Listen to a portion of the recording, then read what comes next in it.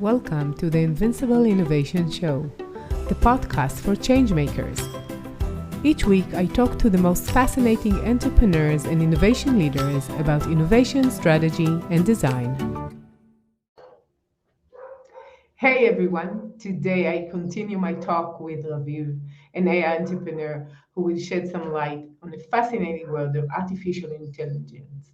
We'll be delving into the topic of AI uncovered, overcoming obstacles in building intelligent products. Stay tuned for a thought-provoking discussion with our guest. We're live on YouTube, Facebook, and LinkedIn, and you're so invited to join the discussion. I'm Mazor Kario, and with me, hi Raviv. Hi Raviv, how are you? Hi, Eddie. Great to be here again. Yeah, it's like the first time I'm doing two parts, which means that it was a really interesting talk. So if you didn't hear the first one, go and listen to it right now and then continue from here. Raviv Yatom is an AI entrepreneur and co-founder of Amphorica. So now we can start or maybe restart our discussion. So we talked about creating AI products and we talked about how to implement them and how did you become an AI entrepreneur and so forth. We talked about some of the challenges with AI. And now I want to ask you, let's say I'm an entrepreneur, I want to enter this field and I'm not that experienced as you. So what are the roles and expertise that are really essential for a successful AI product development? So I think it's about understanding AI, and somebody said in a podcast I heard lately that it's a muscle that you have to train, this AI muscle. And it's a different muscle than the other muscles because it's still very undefined. But at the same time, I can feel it sometimes that I have this muscle that helps me understand whether things are feasible or whether or not. Just because I failed a lot at certain points, and I know to avoid those failures, and that could be if the problem looks not feasible because there is not enough data, for example, or maybe just you understand that by talking to people who are domain experts in the field that you're trying to solve, you understand the limitations, and therefore you understand that in physics you can't even solve the problem that you're looking to solve. Yeah. Even before you go to competition and stuff like that, it's unsolvable, and you don't go there. Yeah. At the same time, there is so much ramp up to do in terms of podcasts, YouTube channels that you can see and update with the last. I think YouTube is a great tool to learn, by the way, everything. And when I'm talking about YouTube, obviously I'm talking about all the videos out there, or video materials that people usually either share insights or new developments, or walk you through how to do stuff. And that happens a lot, like DIY, do it yourself Yeah. type of methods, and they just walk you through, and you just get trained. And I have to say that I'm playing guitar, so once you had to find this like perfect teacher that is resonating with you, and now there are so many out there that can teach you guitar, and all you have to do is rewind and go back again to the parts that you didn't get. But the effect that you have, the perfect teacher, you can rewind him and abuse Hmm. him as much as you want. Yeah. I think that the same applies here. It's almost like all the information is out there for you. It's just a matter of how you pick it up, and also the context of it. So I guess that I like to learn mission based, and sometimes to wonder, just Yeah. expand my so I think doing those two things in parallel, being Yeah. very concrete and also trying to solve the things that you're like mission oriented, and not necessarily learn widely and try to guess everything, because you can't, you just can't. Yeah. You have to I understand. feel that it's like the other way around there. It's like too much information and trying to understand what to do. Right. Most entrepreneurs understand software, but Right. AI is a bit different. And I guess you need to understand what is the difference in developing a AI model or using an existing AI model or several of them in order to create what you need. Right. right. And I think there are great ways to keep keep you updated with what's happening. And one of the best is to find people that you can follow, and you trust in them, and you believe that their material is valid, and you just follow with them. And there's one 2 minutes papers. It's a video channel which brings up like the latest advancements in AI, and it's really beautiful with a lot of passion. And then it opens up your mind, and you say, okay, if that has been done, probably something parallel can be done, and these are the abilities out there. This is the maximum ability. And I think that's one way. Another way is to, first of all, there is this barrier of buzzwords, which Right. people, learn the buzzwords, because it's almost like a club that everybody talks in with the language. Yeah. And we both know that as soon as you understand something as complex as it is, it becomes simple. And that's why buzzwords are like a wall sometimes, when people listen to other people, and they lose attention when the buzzwords come up, and they don't know, and they feel unconfident. And so I think listing out the buzzwords, and just knowing them is important, as much as Yeah. it's unimportant, and we say, we just name drop. uh, Yeah.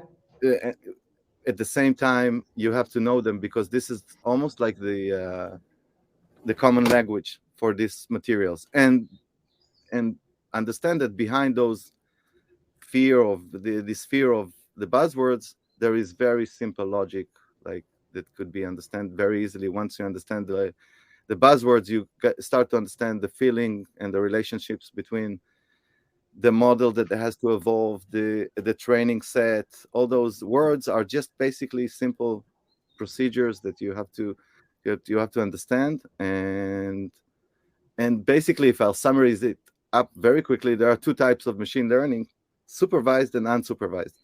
So both of them require a lot of data, and they work differently, because one of them is you are kind of the god of the environment, and you're saying this is the ground truth, and just do whatever you need in order to find this ground truth. If it's about dogs and cats, to identify between them, or whatever it is, you have this ground truth. And the second method is the unsupervised, where you kind of give the machine learning, listen, I have all this set of data. Can you group those data points to similar data points, even without me telling you anything about the problem?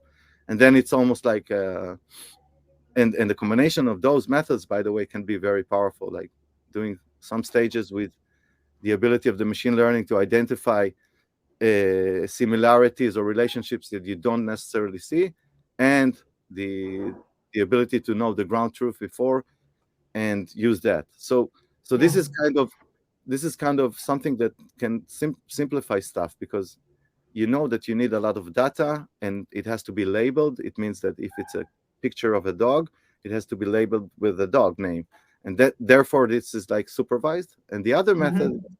is almost like you give the machine learning the ability to search the data for you, and try to come out with insights that not necessarily about before, even, or you don't have any label on the data. So Yeah.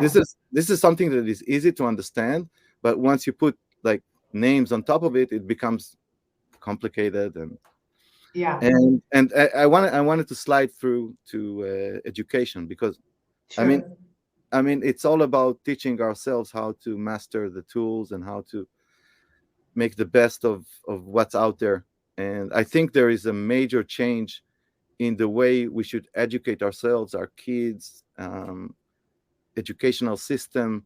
I think there's a major change that we have to pass through, and there's a leap we have to take, and it's about memorizing. And we all studied in schools where you memorize and memorize and memorize. Even the universities were kind of a memorizing process. Maybe software wasn't so much like that, but most of our education was memorizing words, relationships, dates, types of whatever it is. It was memorizing. And I think Right. it changed. It changed a lot, and not because of the AI. it will change also because of the AI, but because of the Google or the internet or the ability to bring information so fast and so true, and and therefore it's more about creation and integration than about remembering stuff. And I think it's a huge change. And that means that you have to learn by experiencing more than by memorizing.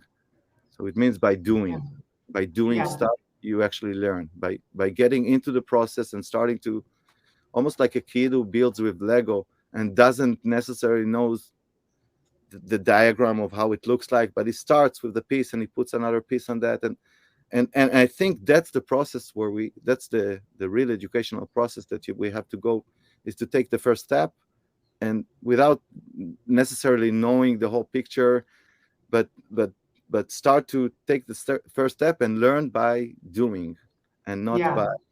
learning, and Yeah, I think that what you're saying is right for two sides. One is for the kids. I have four kids, and I always question myself, what do they really need to know?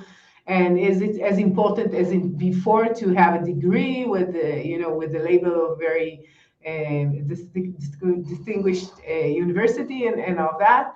And on the other side, the people who go through these systems get to be adults in the end, and then they create these like machines, and some of them would decide to work in creating these kinds of machines. And if you want to create that, you need a certain degree of understanding. And what you are saying is not always that strict, or going through a degree and going through the education. You could just start something and then learn from that. This is what you right, mean.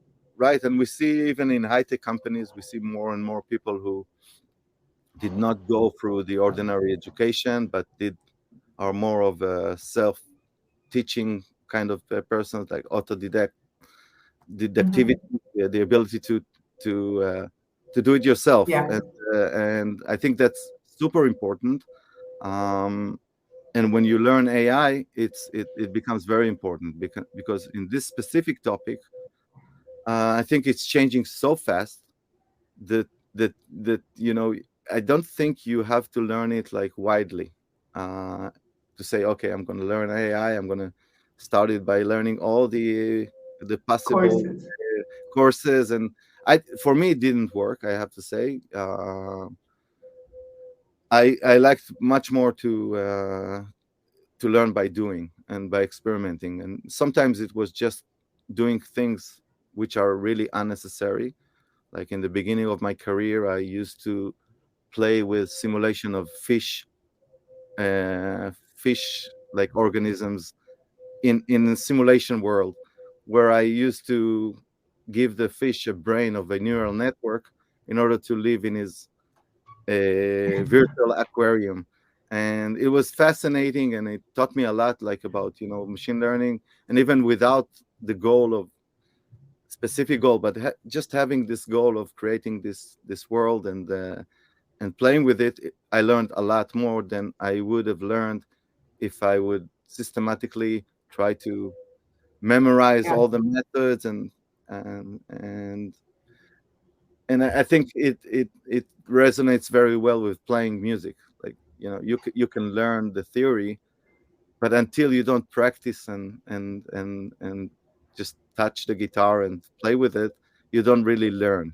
So I think the learning once was is almost not relevant today. Like, You don't think it's relevant? I'm just imagining, people who went through first and second degree in AI, machine learning, they're supposed to be, these are the people that we need to consider when we're thinking about, okay, I have an idea, I need to implement it. Shouldn't I find someone like that? so first of all, I'm sure there are a lot of those who are great and will not agree with me in that sense. And obviously, Okay. it's a cognitive dissonance. Once you graduated, you obviously don't believe that you did it for nothing. But Of course. obviously, you learn in the university and you learn a lot of interesting stuff, and it probably helps. But I think it's in terms of efficiency and and um, and also the ability to really learn. I think that you really learn when you do stuff, and people may not agree with me, but I think that's the way to learn. By the way, in the university you do stuff also, so you probably learn. Yeah, But I think if you want to really learn, it's by doing stuff, and not necessarily trusting those affirmations of, titles or anything like that. It's more about the ability to open yourself to new materials, to open your mind, and to collect the relevant information that you need in order to understand something. And that means, like, the muscle here is curiosity, obviously. right, right. That's the muscle, like that's Yeah, the kind of that's the the muscle. muscle that you don't use when you're a student in school. Right, It, exactly. it You doesn't matter if don't- you're curious right, or not, you need to go through the test. right. And curiosity goes very well with creativity, right? It's And almost entrepreneurship too, right, in order to right, be a good entrepreneur. right. Yeah, So that's why I firmly believe in in new methods of learning, and I'm always trying to find, like, and it's also connected to well-being and meditation, and the ability to really yeah, observe information, and not being locked into your own concepts or anything like that. yeah, um yeah. but We like, have just a minute like before we continue. sure, I keep this thought. sure. We have two people saying, like Jonathan said, it's very insightful and thank you. Thank So you. Jonathan Wilner, thank you. And Ayelet mentioned that learning in university is not necessarily means not learning by doing or working with industry. So thanks, Ayelet Segal. Yeah, we agree with that. But I think there is this clash between going through the method or going through the path that is already paid for you if you want to reach somewhere, Hmm. and trying something which is totally different. And what you're saying is a bit like not the normal path people would take. Right, And right. I'm questioning, like, I'm just thinking, what would you say to your kids when they get to the age of, okay, I'm going to university, I'm trying things, I want to try to be somewhere else. What would you tell them? So interesting. So me and my daughter were laying on the beach like a week ago, and she asked me. She's 18, and she asked me, like, Dad, what am I? What do you recommend me to do in my life?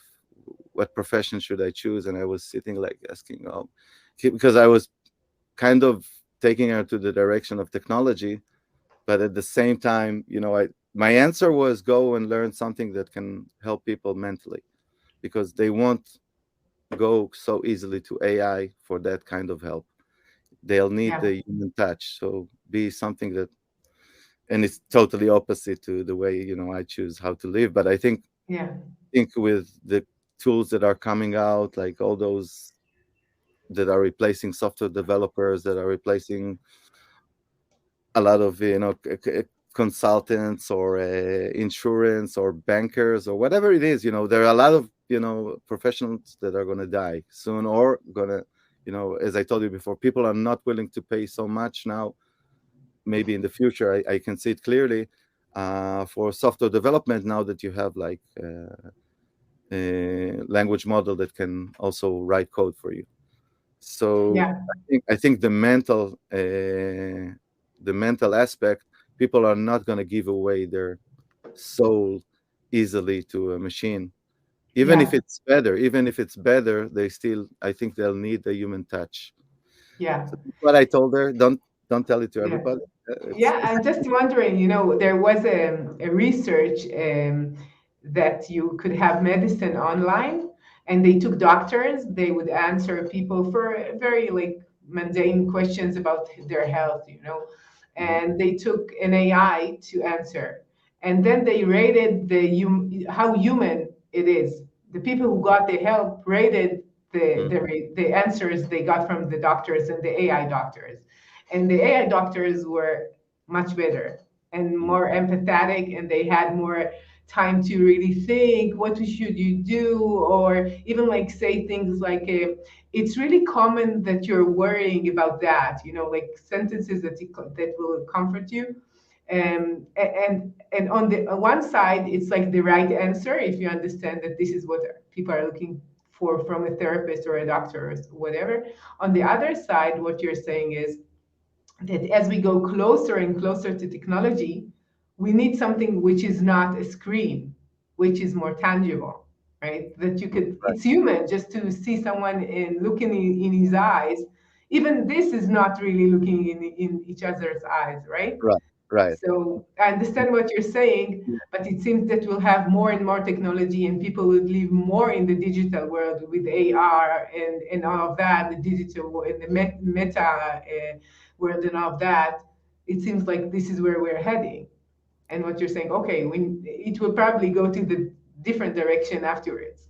So I have an interesting aspect about that. So Yeah, let's imagine my daughter is becoming a psychologist, yeah, or let's say. psychiatrist, or something like that. Yeah. So she's going to be much better if she is going to use AI for her decision making. Right. And that's a big major change, right? It's so she may use those AI tools, get those insights, and translate it, in a way that is much better than the computer will. I just had an exhibition of art, and I needed to. Uh, I'm doing bears, like bear sculptures, and I had Yeah, to write like some, and I'm lousy at writing like feelings and express myself. But then, I used the chat GPT. I actually like I told him, okay, this is the exhibition, this is myself, this is what I went through, this is my process, and just bombed him with all those facts without any music in it, in yeah, terms of lyrics. And it came out with this beautiful uh, like uh, essay or executive yeah, summary that I could put in my exhibition. And I did had to fix like something on top of that, but that's an amazing step for me, to be yeah, able to express my feelings with the machine, and be a better version of myself. And I think yeah, that's what it's about being a better versions of ourselves, and we can use those tools without being afraid of them to be a better version of ourselves. so yeah, so so in that sense, it's beautiful. And if people will, the psychologists who will adapt those methods will obviously yeah, be much better. And the doctors also, when I'm going to a doctor, it's almost like it's absurd, and yeah, thinking about the perspective of AI. Doctors yeah. setting is, they learned the books for 7 years. They At memorized them. least. They memorize, at least, right? If sometimes Yeah, it's like 15 years. Now, yeah, think about how much time they spent in memorizing stuff instead of, we talked about the doing, you yeah, know, yeah, they could have been much better. And also think about the fact that a doctor can now, and I can see it happening, can get can work with the AI to give better treatment. So it means yeah, that he gets the information, he goes and asks, like the yeah. AI, what. I can tell you about it too for psychiatrists, which is like in the middle between a doctor and a psychologist. And what it does, it's taking the data, recording the discussion. So you don't need to, doctors Right, they always press with one finger. I right, don't know why it is. So it's like they're taking all the discussion. They are taking out the main topics that you talked within the session of the psychiatry. They would indicate some topics which is like is this suicidal or not, their understanding of the topics. It will be saved, of course, through your files, right? So you have all the sessions for a psychiatrist, and it could go back and tell you this is what was mentioned like two discussions ago. He mentioned something very similar, and maybe it would resonate with this kind of diagnosis or understanding of the person. right, And it's already there. By the way, it's taking the data and it's like changing all the personal information. So when you go to the cloud in order to get all the AI, you will not get the person identity and like anonymization. details that would, yeah. Yeah, So it's privacy. like, and I saw it, it was like an amazing thing. So it seems that even in this kind of a very emotional intelligence capability, you could get help from the AI itself. For sure. And think about it, the AI itself as a language model is summarizing the experience of us human beings on our planet, basically, right? It's what we wrote on our experiences, and it means, our emotions are in there, and also medical information, right? All the, I used to go to a hospital, and they would be proud in their research that involved like 120 people. Right. Now, that's nothing. That's like super nothing. Like it's almost like insulting, right? Yeah. For an And AI, it's nothing for sure. right, right. And think about, probably in all your problems in your life, you're not the first one to meet this problem, right? Engineerically or emotionally or whatever it is, Yeah. or Yeah. or medically, and the ability to collect all those. And by the way, here in Israel, we have this like system that has all the medical information quite concentrated, which is good, which is great, because then you can come up with the insights. All right, if you're 41 and you're smoking and X, you're about to, there's a higher chance of, or, Yeah. I think, and that's what we have to embrace here. That's Yeah. that AI is basically a wisdom by itself. It's a wisdom. Yeah. You mentioned that it's not artificial. It was in our last talk. Right, right. And I mentioned that artificial is our invention. This is like, if this Yeah. is artificial, then we are artificial, and Yeah. and this is part of nature, and this is wisdom, and we can use this wisdom to make our life much better and to be better versions of ourselves.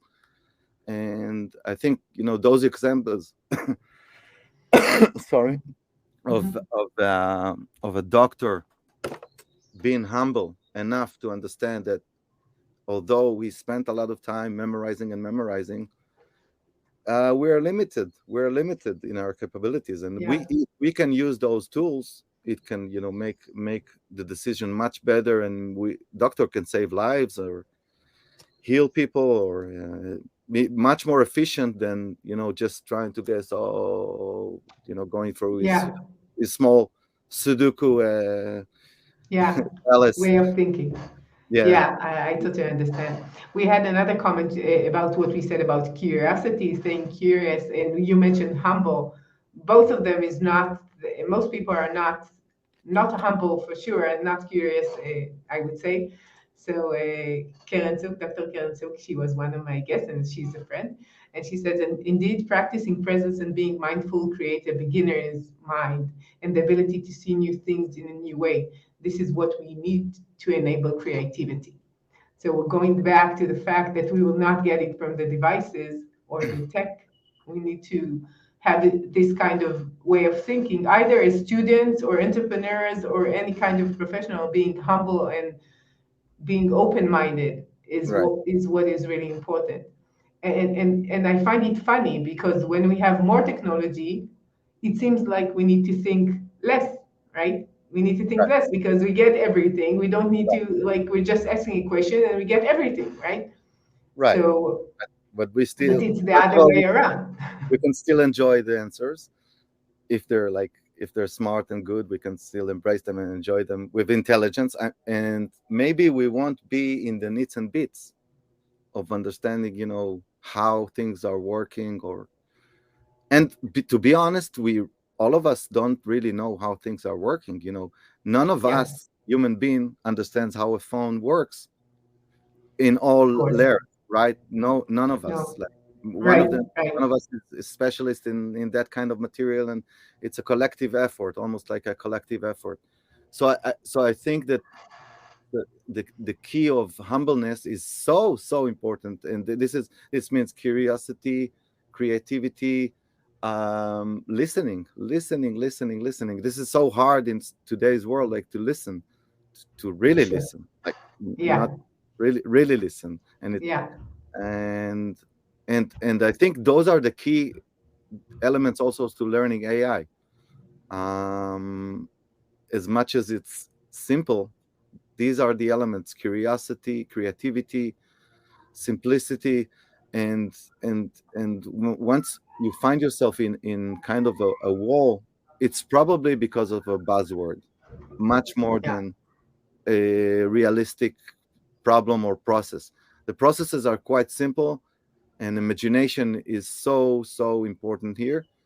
For me, I always feel like I have those, once I used to dig with a spoon, and now I can, like, I have this huge tractor that I can dig with, and it's amazing. Like, maybe I don't Yeah. feel like the spoon anymore, but I can create like great things, great amazing things. And and I'm also learning here, I have to say that, and this is the humbleness. I'll never be at the point where I think, I know, because probably then I'll stop to learn. So Yeah. trying to be as stupid or naive as I can, and collect information. And also, I guess, some kind of enthusiasm. Sorry, to be excited about the stuff. To be, I think it's very important, in our Right. world, and also, and going to the education of our kids. So the best thing we can do in order to teach them how to work like that is by self-example. There is no other way. There is no other way. If they see that you are able to learn new stuff, and maybe, learning new stuff is the best method to be on top of things. And it's Yeah. not necessarily about the new stuff that is really like relevant, or will bring you money, or it's about, Yeah. maybe learn how to draw. You didn't draw ever, to maybe learn how to sculpture, maybe learn how to work with wood, like new stuff. Just the Yeah. muscle is the most important part of the muscle, is not to be afraid, and to experience. And this is by me talking about doing, is not Yeah. to be afraid of the first step, because it always, as an entrepreneur, it's the hardest obstacle, the first step. It Yeah. all looks like, and once you start to take the first step, it's much easier to take the second and the third. And this is the muscle. This is the muscle I'm kind of talking about, of education, that we have to embrace, and also project to our kids by showing them that we learn new stuff every day. Yeah. And they'll get it. Ye- They'll get it. If they see that you are doing that, they're gonna get it, and they're also gonna do that. Yeah, I So just had a talk today, this morning, with a friend, about like what do they really need to know? Because first, we don't know what will be the work environment, so we don't know how would they work, and in what professions would they be. Like in 5 years or 10 years, it's like no, 5 years. I would say it's like it's gonna change so much. So what they're learning in university, and we mentioned that sometimes it's not as relevant in some cases. Sometimes it does, sometimes it doesn't like really work. So then they go into working, and what do they really need in order to be happy, content, mhm, have a good mental health, mhm. and to provide for themselves and make money, right? So it's like most people, when they think about what they need to know, they say, okay, you make lots of money in high tech, go and study Right, physics and computer science, and then you'll be okay, and you'll be happy, and you'll have money, right. right? Which is not necessarily all the time true, right? Right now it could be true, but they're like, let's say they're like 10, so they have about 15 years from now in order to get to the workforce. Who knows, like Yeah, who knows what they need. And what we said about mental health is very important, because being more in tech, sometimes it looks like you have more possibilities and more options and more friends and more people you could meet, but actually you feel more lonely, because what we said, we need to see each other in the eye and to really meet each other, and we do right, it less. We do right, it less. right. And it should liberate us, right? In a way, the AI should liberate us, and we talked about it. Like, there should be some kind of a liberation process in terms of time, right? It takes us less time to do stuff. We get to our targets faster. We could be more productive. Doesn't that mean that we now have more kids time with our kids and loved ones? I can see it clearly, the connection here.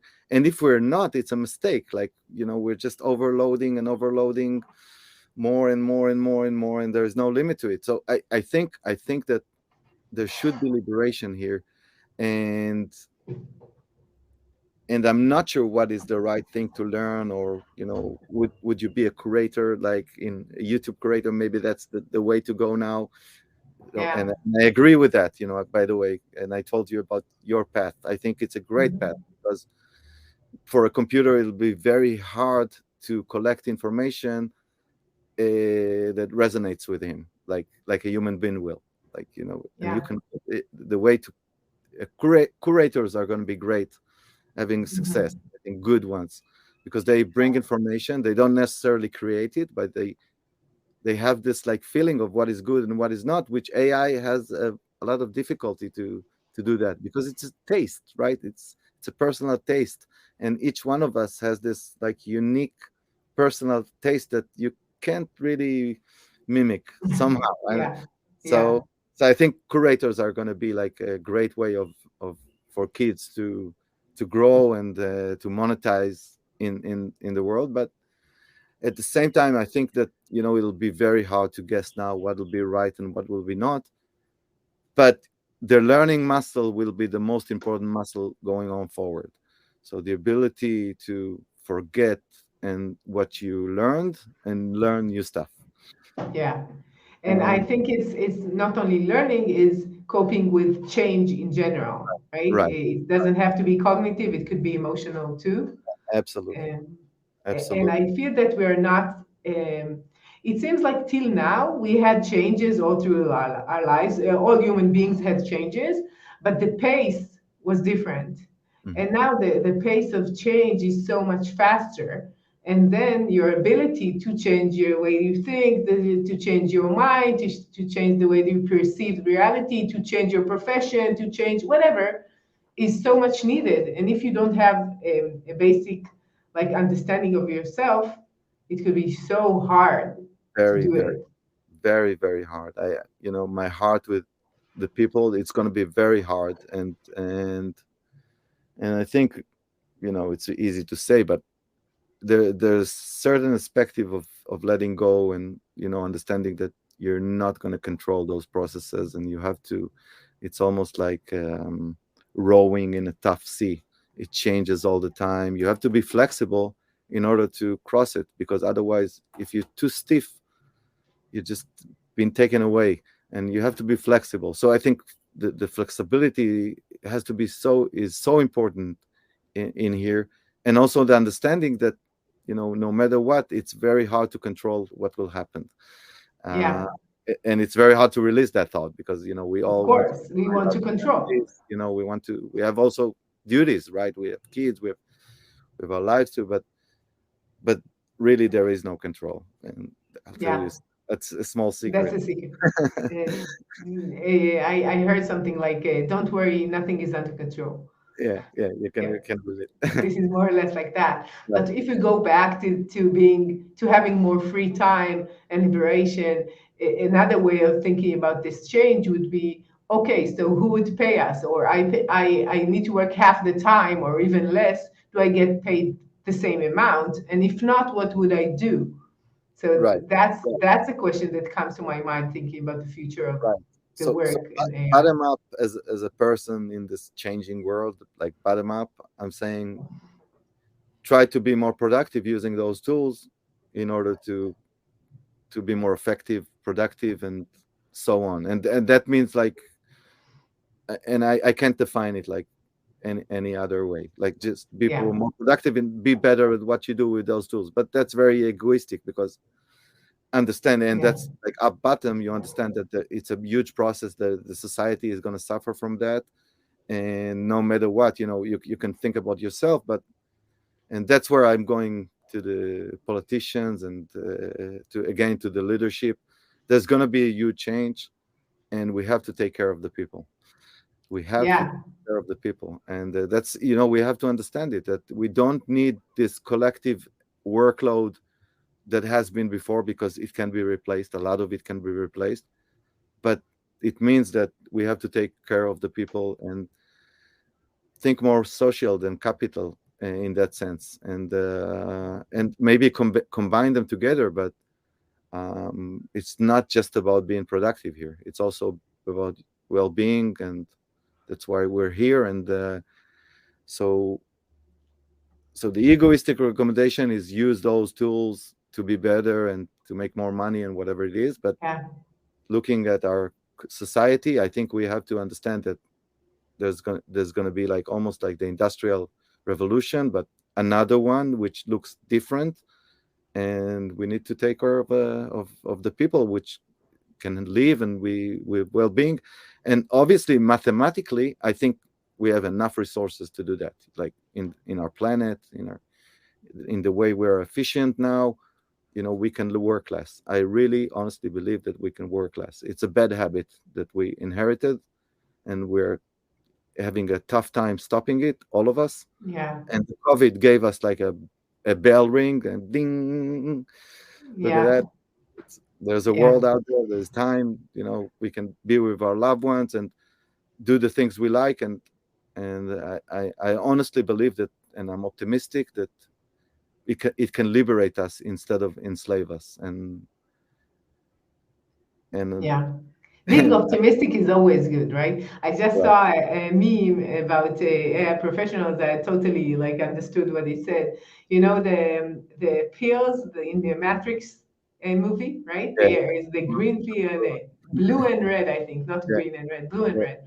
So one says like we're going to be destroyed with AI. Nothing's going to be here. Like they're going to kill us all. And the second one is going to be this beautiful future. Everything's going to be great, and we're going to do things so much faster and lighter. And the funny part was that an AI expert took both pills. He took both of them. It was so funny. But I totally understand what he said. Like, it's the it's same almost thing. like the yin and the yang together. Yeah, yeah, it's the same.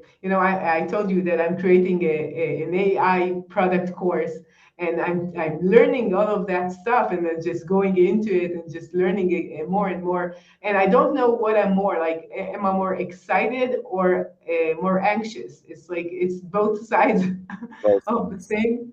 Absolutely, absolutely, both sides. And I also myself, I'm migrating between those two sides, but I'm always trying to look um, at the right half side of the glass, the full side of Yeah, the glass. And yeah, it is, and it could be very frightening, and for a good reason, for a very yeah, good reason. And at the same time, like everything, and comes back to the no control, and we yeah. can do our best, and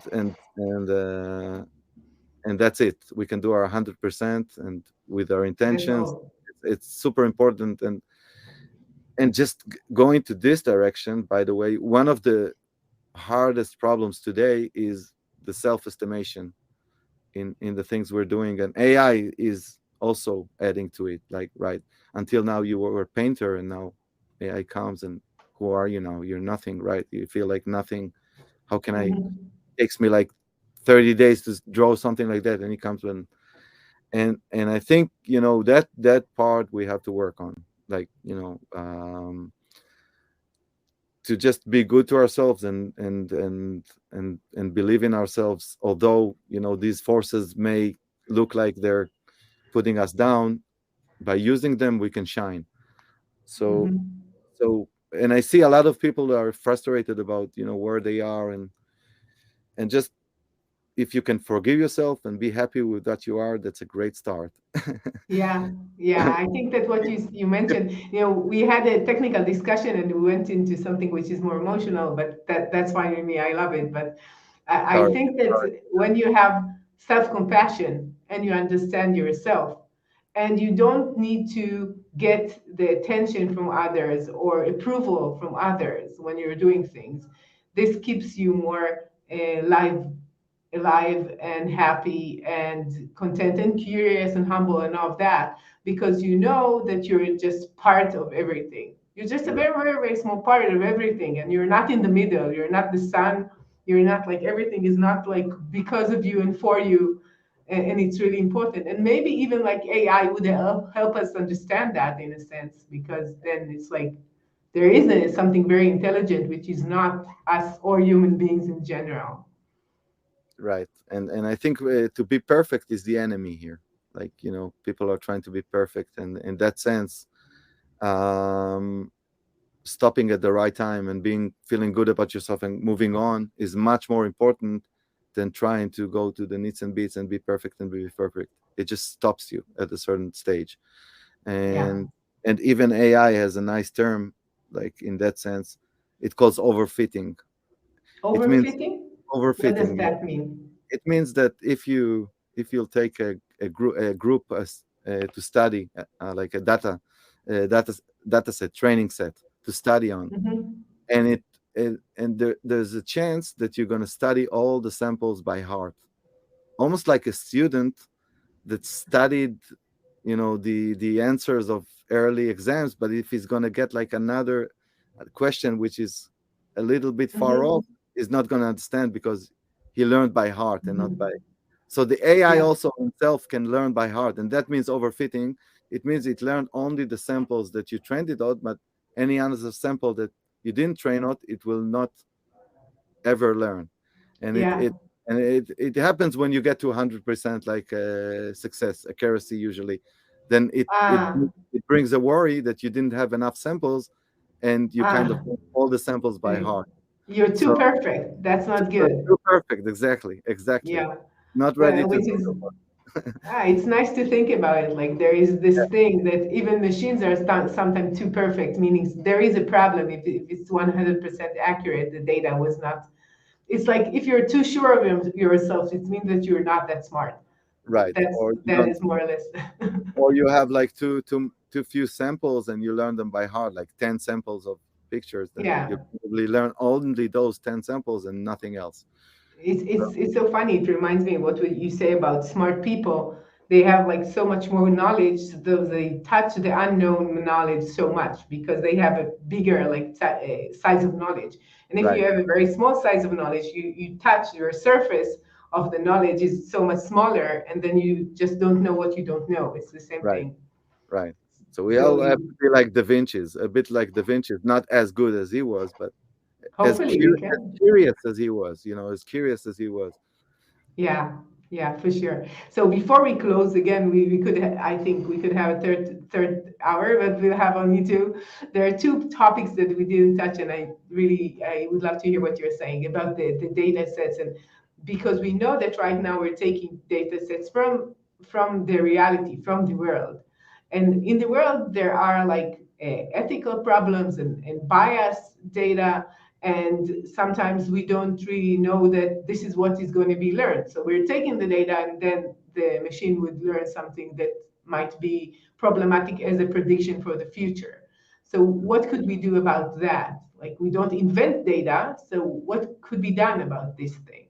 Right, right. So we have to challenge that in a way, and we'll always have to challenge that. And by meaning of challenging that, it means that it's an ongoing process that we'll have to learn as we go through the process, because it will always, those biases are going to show up every time. Because think about it, you're trying to um, simulate reality by sampling reality. Now, sampling reality is almost like, you decide that um, you decided the world. The past and the future would be the same. You decided the world looks like that, but you just took Mhm. parts of the reality and not all the reality, and you assume that everything is going to go by that. But just by choosing which samples are resembling reality is a huge task by itself. Because let's say we want to create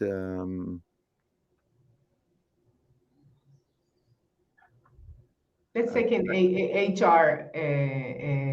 If you want to hire people, that you're right, taking the most like successful people in the company, and as their CVs and what they sent, and you're saying, okay, these type of people would be our next leadership. They're so successful. right, and it'll probably also affect the reality itself, so it kind of Sure, resonates with reality, right? right. Uh, I was thinking about more of image recognition problems where you even there are those problems of what decision to take in an automatic like car, like automotive cars, like Yeah, like what decision to take do I, ran over somebody or save my life, for example, right? Yeah. Those Right. problems, and just a small example of how many examples there could be. Yeah. We Yeah. don't really know the answers ourselves, to be honest, like for now. Yeah. So these are going to pop up everywhere, those like mushrooms of unknown places, which are between the drops, and not necessarily we predict them. And I think we're going to see it over and over again, and we just have to regulate that through experience. I don't think there is any way of predicting how it will be. At the same time, I call for regulation. At at So we have to kind of do processes where it's almost like a virus relationship, where you immune and the virus gets better, and you immune and the virus gets better. So it's almost like that, but we have to find those tools that are enabling control over the tools of AI. So that means um, some kind of a tool which will come up and raise up those mushrooms before they come up, right? Like Yeah. It's also, like security. Security. It's the same yeah, as security. almost like QA before you Yeah. release a software, right? Almost like QA tools, but those QA tools have to be much more sophisticated. They have to understand, what limitations the system have. So imagine face recognition, that there's probably a face that is not recognized but looks like a face, right? There is Yeah. a whole there are backdoors in the system all the Yeah. time, and there will Yeah. be all the time, because life is not necessarily like define. And even if you Yeah. want to define it, and you want to sample, only by sampling life, you already decide which will be true and which will not. So how many samples do I bring of white people and black people? How many samples? What is resembling reality? Like every country is different, right, in terms of ethnicity. Yeah. But I want the system to work, so I want it to. So there'll always be holes and unknown in this reality, and I think we just have to understand that it's going to happen, to understand, Yeah. and that these are pitfalls that are going to happen. Yeah. It's not perfect. Yeah, I think that it's very similar, as you say, like to for QA, but a different type of QA, and especially when you're talking about generative AI, that could produce so much more possibilities, just creating more and more things like all the time. So it's really hard to even think or perceive what could be, and then try to test it in advance. So it's Right, going to be harder. and think about the future, like predicting, right? With predicting, like, let's stop for a minute, like the AI, and are you trying to Hmm. predict the future? Like, who knows what will happen in the future between you and me? Like, so Yeah. from the beginning, it's not an accurate science, for sure. Like, for sure, for Right. sure, for sure. Like, Yeah. and you don't have to be a super scientist to understand that. Like Yeah. the Although, like most people would say, okay, stock market prediction is already here more or less. Right, and For then you many can years, it's just then getting better.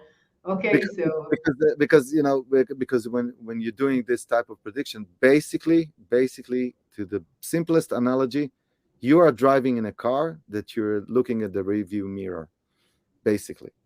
Now you're estimating that the road has kind of curves that can, you can still take them, but maybe yeah, there's a wall or a cliff, and you won't be able to see that. So yeah, again, this humbleness, again, it's asking not questions. not going to be perfect. There are going to be pitfalls, and if you're trying to predict the future, make sure that you understand that you can't predict the future. You can estimate what will happen, and you may have good results when you trained it on past data, and you're confident that it's 76% accuracy and whatever it is. But at the same Yeah, time, please be aware that you don't know what is the future. Please, please, please. yeah. Okay, so I don't know. We had a last questions, and maybe you would change it. But my last question would be, what would be your number one tip for AI entrepreneurs today? Mhm.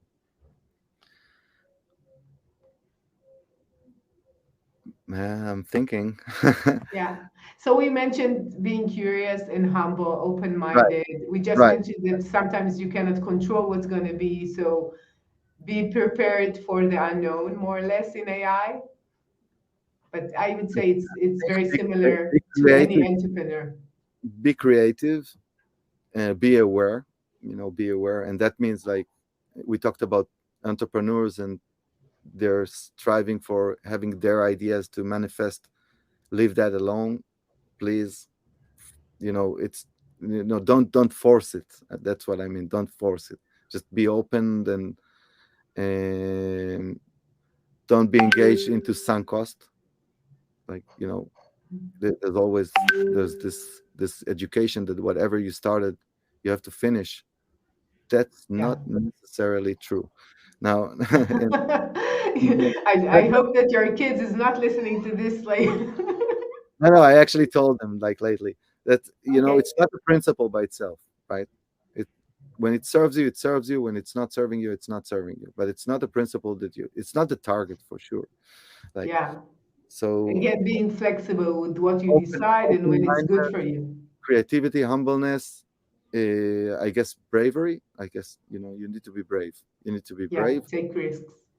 and I think that's it. Belief. I think belief, like, probably the most important part.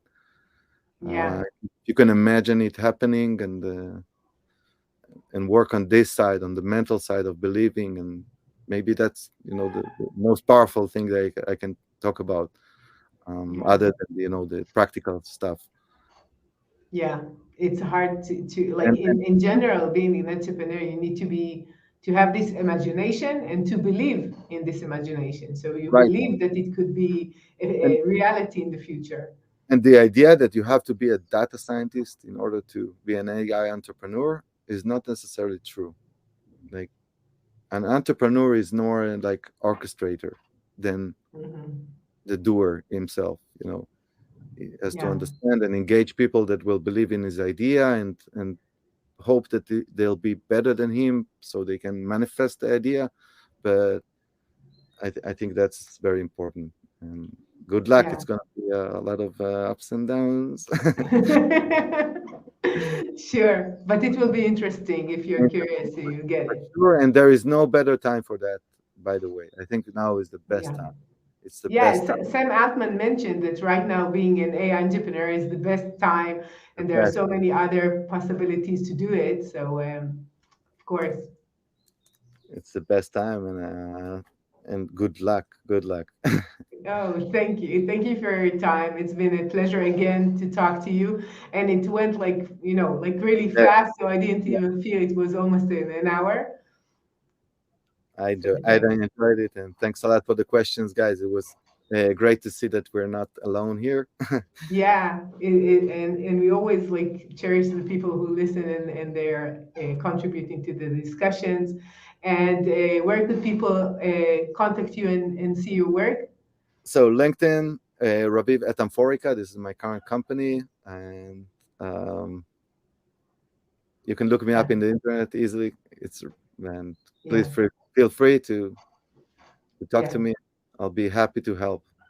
sure. Raviv Yatom, it's been a pleasure to have you here again. It's the only time, as I mentioned, that I have like someone for the second time, week after week for sure. So it's been a pleasure to have you here. And to Same. all of you change makers out there, thank you for joining us, and I'll see you another week with another insightful talk. Thanks, you, Aviv. See ya. Bye bye. I'm Mazor Kario, and you've been listening to the Invincible Innovation Podcast. Make sure to visit our website, invincibleinnovation.com, where you can learn more about our programs and my book, Innovating Through Chaos. I'll be waiting for you next week in our next episode. Thank you for listening.